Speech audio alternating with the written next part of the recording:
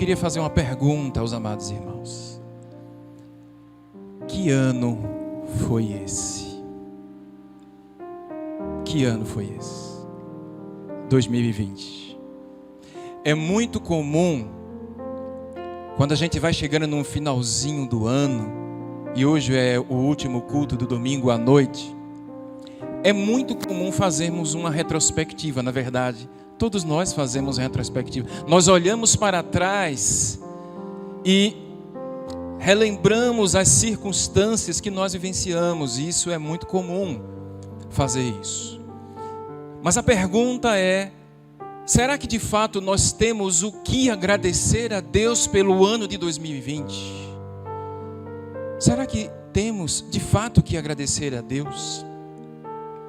A resposta é um sonoro sim. É claro que nós temos que agradecer a Deus. Sei que foi um ano difícil, um ano de perdas, como o pastor Jaziel trouxe muito bem aqui sobre os pastores, as perdas. As igrejas sofreram perdas, os familiares sofreram perdas. Mas eu me lembro de um texto, de um livro que eu estudei muito a fundo esse ano, de um servo chamado Jó, que diante de todas as perdas ele disse: Deus me deu, Deus tomou, bendito seja o nome do Senhor. Amém? Vamos falar sobre gratidão, mais especificamente um ato de amor e gratidão que uma mulher fez a Jesus e serve de exemplo para todos nós até os dias de hoje. O objetivo desta mensagem é, através da lição que essa mulher deixou, nos ensinar a como termos um coração grato a Deus. E diante da gratidão, como nós devemos responder ao nosso Senhor e Salvador Jesus Cristo pelo que Ele já nos fez lá na cruz do Calvário. Amém? Abra sua Bíblia no Evangelho de Marcos, no capítulo 14. Marcos, capítulo 14.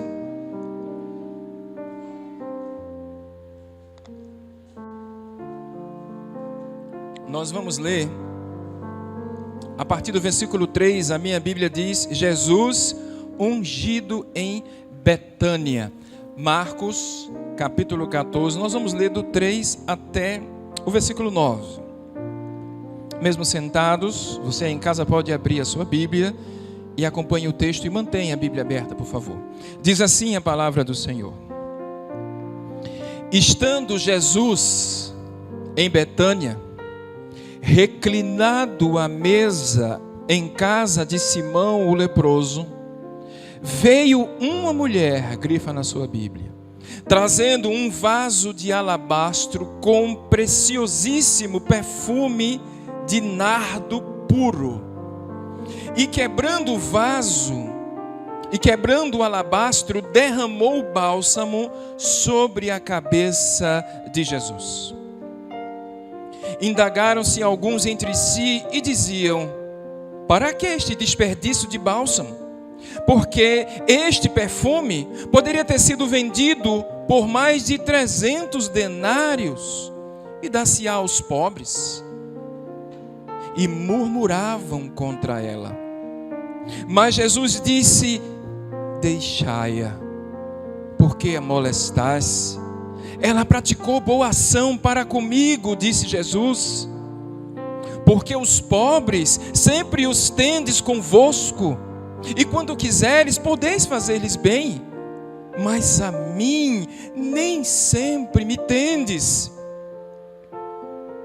Versículo 8 diz: ela fez o que pôde, antecipou-se a ungir-me para a sepultura. Em verdade vos digo, onde for pregado em todo o mundo o Evangelho, será também contado o que esta mulher fez para a memória sua. Amém? Que texto maravilhoso, que exemplo. Precisamos entender aqui o contexto que estava acontecendo. Marcos, capítulo 14 em diante, narra, assim como os outros evangelhos sinóticos, a última semana de vida de Jesus Cristo aqui na terra. Então, aqui nesse exato momento, os sacerdotes, os fariseus, melhor dizendo, os escribas, estavam tramando a morte de Jesus, a traição. Mas em meio a esse contexto da última semana de vida, e ele sabia o que iria lhe acontecer, os seus discípulos também sabiam o que iria lhe acontecer, Jesus recebe dessa mulher um toque de amor e de gratidão. Você percebe isso?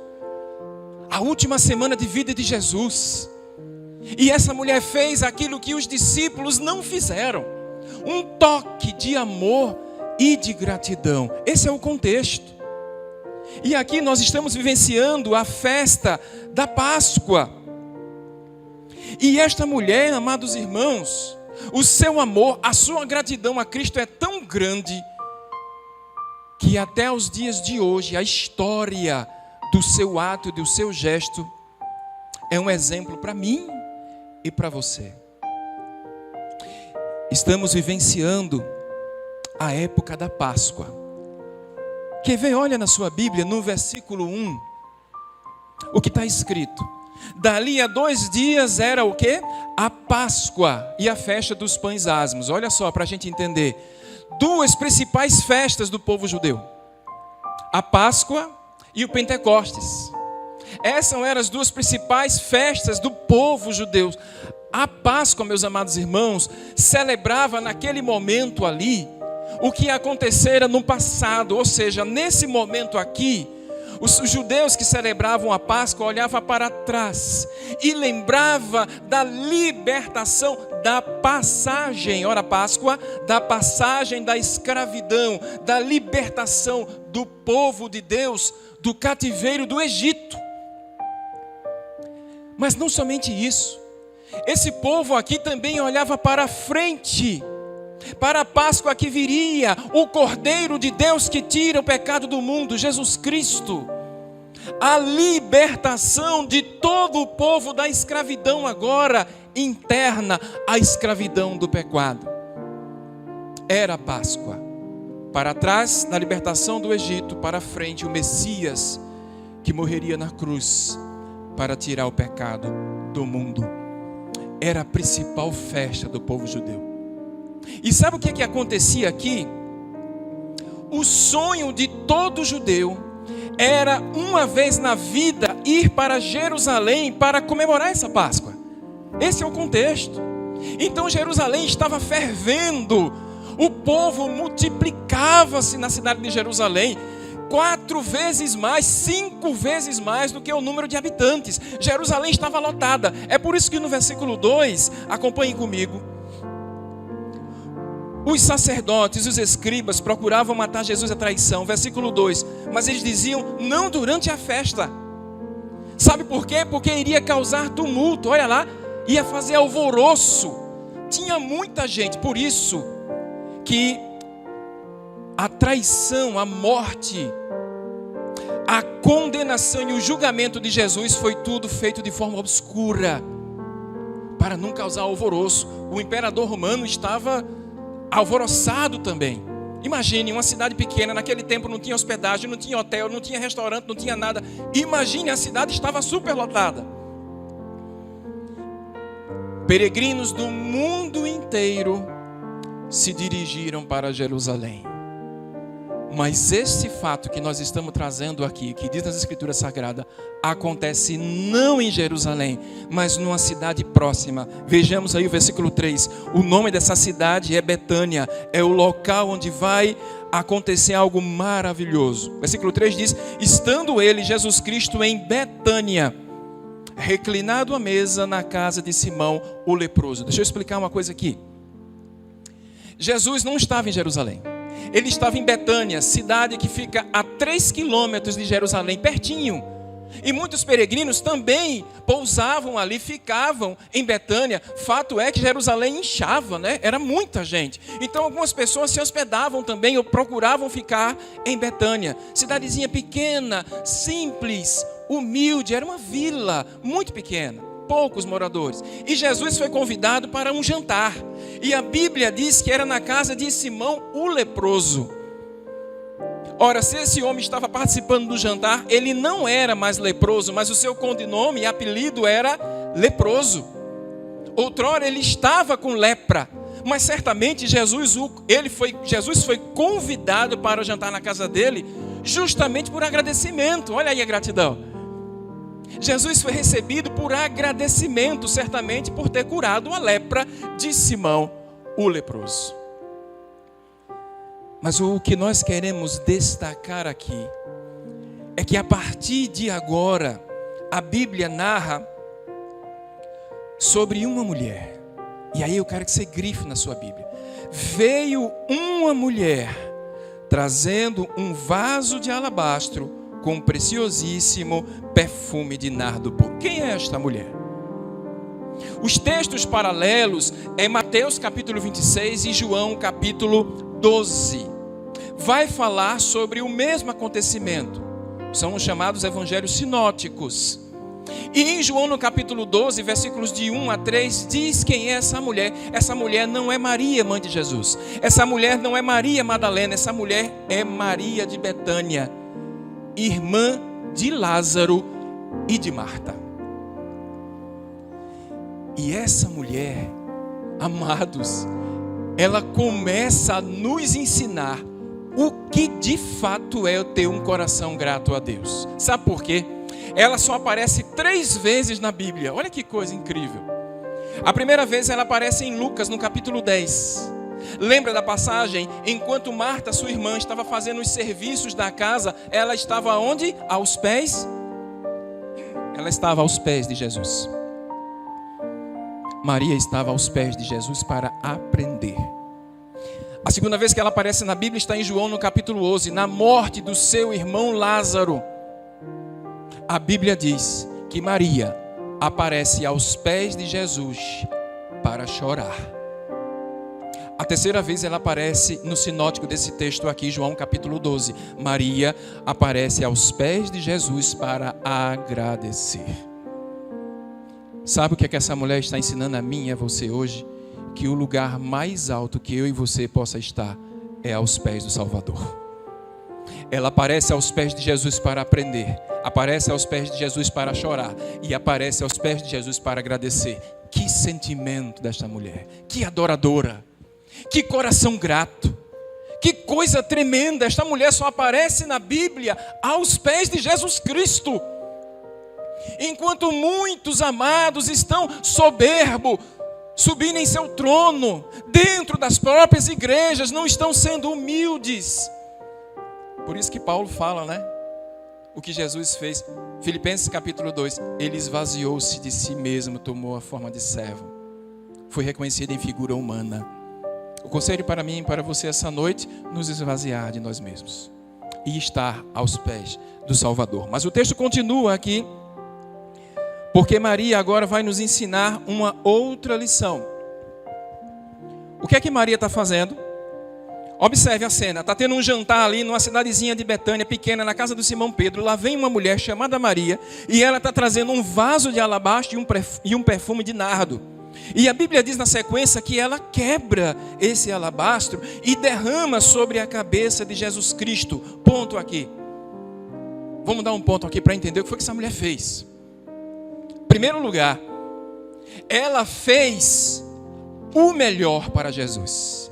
Ela deu o seu melhor para Jesus. O vaso de alabastro, meu irmão, e o perfume de nardo puro são duas coisas raríssimas. Só os reis recebiam esse tipo de presente. Alabastro é um calcário de mármore. Eu tomei cuidado para examinar bem esse texto e as escrituras. É um calcário de mármore que só era encontrado no Egito.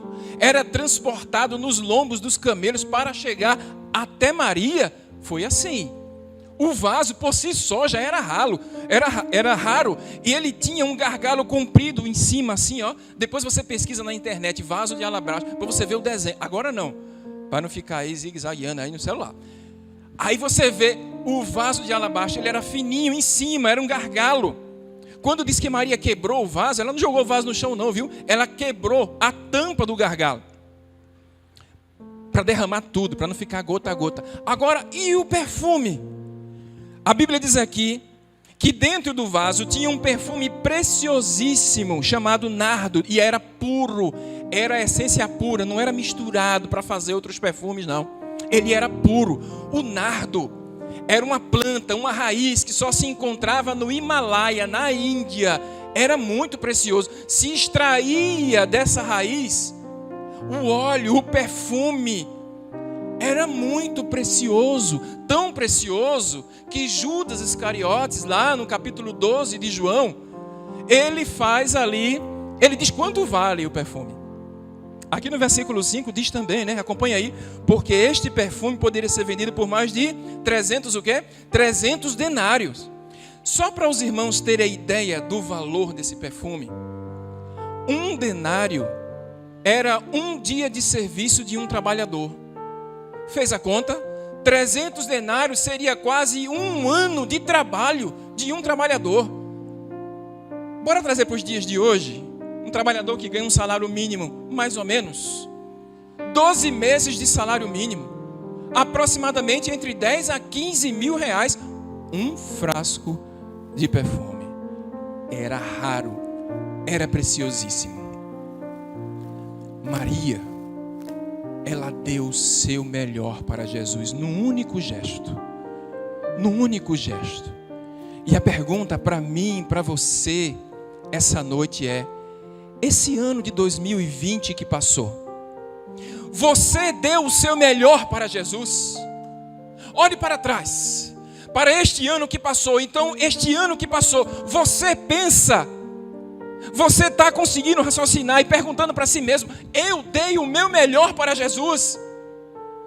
O que eu tinha de mais precioso, eu dei para... Essa mulher deu o que tinha de mais precioso, amados, para adorar aquele que é o Senhor e Salvador da sua vida. Então, quando eu olho para trás, eu me envergonho, porque eu sei que eu não dei o meu melhor para Jesus. É isso que ela está nos ensinando, é isso que a Escritura está falando para mim e para você essa noite. Você deu o seu melhor para Jesus, o que tinha de mais precioso. O seu vaso, você é o vaso. Você é o vaso de alabastro, eu sou o vaso de alabastro. O que eu derramei nos pés de Jesus, os dons que Deus me deu, eu derramei aos pés de Jesus. Os talentos que Deus deu a você, você derramou aos pés de Jesus. Eu vou mais a fundo. Tem algo que é muito mais valioso que esse perfume: o tempo. E ele não tem preço, porque ele não volta. Olha para trás agora. Você dedicou o seu tempo nos pés de Jesus? Todo o seu tempo? Ou tudo o que você fez esse ano e tudo o que eu fiz esse ano foi apenas trabalhar, estudar, fazer outras coisas que não fosse adorar e glorificar o nome de Jesus Cristo? É isso que Deus, amado, está falando para mim e para você essa noite. E Ele não quer um dízimo do seu tempo, como muitos pregam por aí. Não, Deus só quer um dízimo do seu tempo. É mentira do diabo. Deus quer o tempo todo que você glorifique a Ele, exalte o nome dEle. Foi para isso que eu e você fomos chamados, para depositar aos pés de Jesus o nosso melhor. Talento, dom, tempo, o nosso coração. Vamos virar o ano. Você que está aqui essa noite, você que está em casa também. A melhor coisa que Jesus quer de você, sabe o que é? É o seu coração, o seu ser, a sua alma. E se você não se entregou a esse Jesus, ainda há tempo. Amém? Vamos correr um pouco mais aqui, porque essa mulher, ela não somente fez o melhor, mas ela fez de forma sacrificial. Você sabe por quê? Mais uma vez a gente tem que entender o contexto judaico e hebraico na época. Uma moça, uma jovem, tinha como maior sonho casar. E durante o seu casamento, ela guardava o seu perfume. Não necessariamente era esse perfume, mas ela tinha um sonho de se casar, desde jovem, desde moça. Então ela guardava esse perfume para na noite de núpcia, que era a noite mais importante da sua vida, ela derramava sobre si mesma e derramava nos lençóis. Olha só o que Maria fez. Preste atenção uma coisa aqui. A gente fez um cálculo, não foi?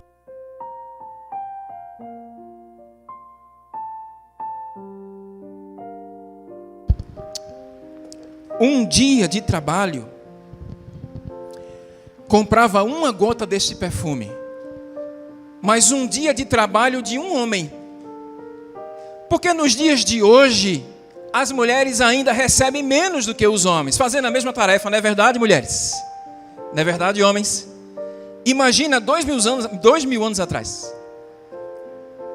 Isso significa dizer que Maria, ela trabalhou a vida dela toda para ter um frasco de perfume, para guardar para o seu momento, o momento do seu sonho. Mas sabe o que ela fez? Ela botou o vaso de alabastro debaixo do braço e foi para Betânia. Olha só, o povo tudo indo para Jerusalém. Aí ela, eu vou para Betânia, porque meu Jesus está lá. É lá que o meu Salvador está, e é lá que eu vou adorá-lo.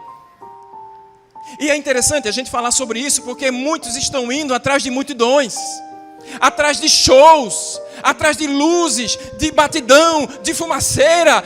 Eu quero estar onde Jesus está. E é isso que Maria está nos ensinando. E ela foi contra tudo e contra todos. Botou o perfumezinho dela debaixo do braço. Parece que eu estou vendo a cena. Você consegue imaginar? Ela fez, eu vou atrás de Jesus, né? Ressuscitou o meu irmão Lázaro. Me ensinou todas as coisas. Então eu vou atrás dele. Eu vou atrás dele. E ela sacrificou na sua adoração. Não é pelo valor, amados, não é. Porque se você voltar 2 capítulos, no capítulo 12 de Marcos, você vai ver outro exemplo de uma viúva que só tinha 2 moedas, e quando ela depositou as 2 moedas no altar, o que ela deu foi muito mais valoroso do que qualquer homem rico que tenha depositado. Sabe por quê? Porque ela não deu do que estava sobrando, ela deu o que ela tinha de melhor. Dá o que tem de melhor. Dá de forma sacrificial. E muitas vezes, amado, a gente sacrifica tanta coisa na nossa vida para este mundo, não é? A gente se sacrifica para estudar, se sacrifica para trabalhar, não é pecado. Isso não é pecado, não. A gente sacrifica-se para tanta coisa, mas apenas para ir para a casa do Senhor, para agradecer a Ele. Está chovendo. Ou então está fazendo muito calor. Ah, pastor, os ar-condicionados ligaram, agora eu vou. Porque antes estava fazendo calor demais. Sol demais, calor demais, chuva demais, frio demais. E enquanto eu vou cada vez mais me ligando ao sistema do mundo, eu vou esquecendo do maior tesouro, que é aquele que está guardado no céu, a nossa salvação. Por isso que a Bíblia diz, cuidado para que ninguém roube a sua coroa. O nosso tesouro está no céu, de onde vem o nosso Salvador, a palavra de Deus, é para lá que nós vamos. Então por quê? Eu me sacrifico tão pouco em prol ao Evangelho, a palavra de Deus. Que lição que essa mulher está nos dando hoje. Vamos continuar no texto. Porque Maria, ela não somente fez da melhor forma e de forma sacrificial. Ela também faz algo que espanta muitos, viu? Porque o que ela foi criticada pelo que ela fez, olha o que está escrito no versículo 4, no versículo 5. Todos, isso aqui são os discípulos, viu? Os discípulos, os apóstolos se indignaram entre si. E olha só o que eles disseram. Não era melhor vender esse perfume, não? Na verdade, quem disse isso foi Judas, não é? Se você for lá para o capítulo 12 de João, você vai ver que Judas foi que deu essa ideia, os discípulos concordaram. Mas Judas foi que deu o estalo. Aí em João, no capítulo 12, vai dizer, ele fez isso porque ele queria o dinheiro na sacola. Como ele era tesoureiro, ele queria tirar o dinheiro que estava dentro da sacola. Esse é Judas. Mas os discípulos caíram na de Judas e começaram também a murmurar. Olha o que a Bíblia diz. A Bíblia diz que eles começaram a ficar indignados. Era para ter vendido para os pobres, vendido dinheiro, ajudava os pobres. Aí depois vai dizer assim no versículo 5, no finalzinho: e murmuravam contra ela. Pensa aqui comigo. Maria, ela quebrou todos os paradigmas nesse gesto. Todos, para adorar. Maria, ela se colocou na frente do anfitrião para fazer algo que era obrigatoriamente ser feito pelo anfitrião. Ela ungiu Jesus. Segundo, ela quebrou o vaso de perfume que era para sua noite de núpcias. E ela não quis saber, ela quebrou. Terceiro, se você for para João no capítulo 12, você vai ver que ela soltou os cabelos e começou a enxugar os pés de Jesus com aquele perfume que desceu pelo corpo de Jesus. Deixa eu te falar uma coisa. Uma mulher naquela época soltar os cabelos era a mesma coisa que uma mulher aqui agora tirasse a roupa. Tinha o mesmo significado. Essa mulher, ela não quis saber. Ela só quis agradar Jesus, adorar Jesus. Ela rompeu liturgias e traduções para poder adorar o seu Criador, o seu Salvador. Ela rompeu todas as regras, barreiras, limites, porque ela não queria agradar os homens, queria agradar a Deus. Você acha que ela pensou? Você acha que ela estava se importando com quem ia falar com ela? Tem um hino que diz assim, né? Eu não quero saber, não importa o que vão falar de mim, eu quero é Deus. Ela só queria agradar a Deus. Ela focou no alvo, focou em Jesus Cristo. Por que Maria fez isso? Lembra? Quando ela estava nos pés de Jesus, lá em Lucas no capítulo 10, aprendendo, certamente ela aprendeu de Jesus. Maria, eu sou o pão da vida. Maria, eu sou o rio da água da vida. Maria, eu sou a porta. Maria, eu sou o caminho, a verdade e a vida. Maria, aquele que tiver fome e sede, vinde a mim. Maria, eu sou o alfa e o ômega. Maria, eu sou aquele que era, que é e que há de vir. Maria, aquele que crê em mim, ainda que esteja morto, viverá. Então Maria disse: é para o Senhor que eu vou. Eu não quero saber o que os homens vão dizer. Amados, se você está pronto para servir Jesus, esteja pronto para ouvir críticas, porque é impossível servir ao Mestre e não estar pronto para receber críticas. Os próprios apóstolos criticaram a ação dessa mulher, mas ela não estava nem aí. Ela focou em Jesus, adorou, exaltou. E o que ela guardou durante a vida inteira, em poucos segundos, foi o gesto, foi o momento. Que coisa linda, né? Esse momento que ela aproveitou. E pelo ato da sua devoção, ela foi criticada. Então, se você não está pronto para receber críticas, você não está pronto para servir a Deus. Não está pronto. É como se Maria estivesse dizendo: eu não me importo. Não importa não o que eles vão pensar de mim, não. Sabe qual é o problema, amados? É que muitos querem servir a Deus para receber aplauso dos homens. Por isso se preocupam com o que os homens vão falar. Mas quem serve a Deus quer agradar a Deus. E uma última lição: cuidado com os elogios também. É o ponto culminante do lado contrário. Sabe por quê?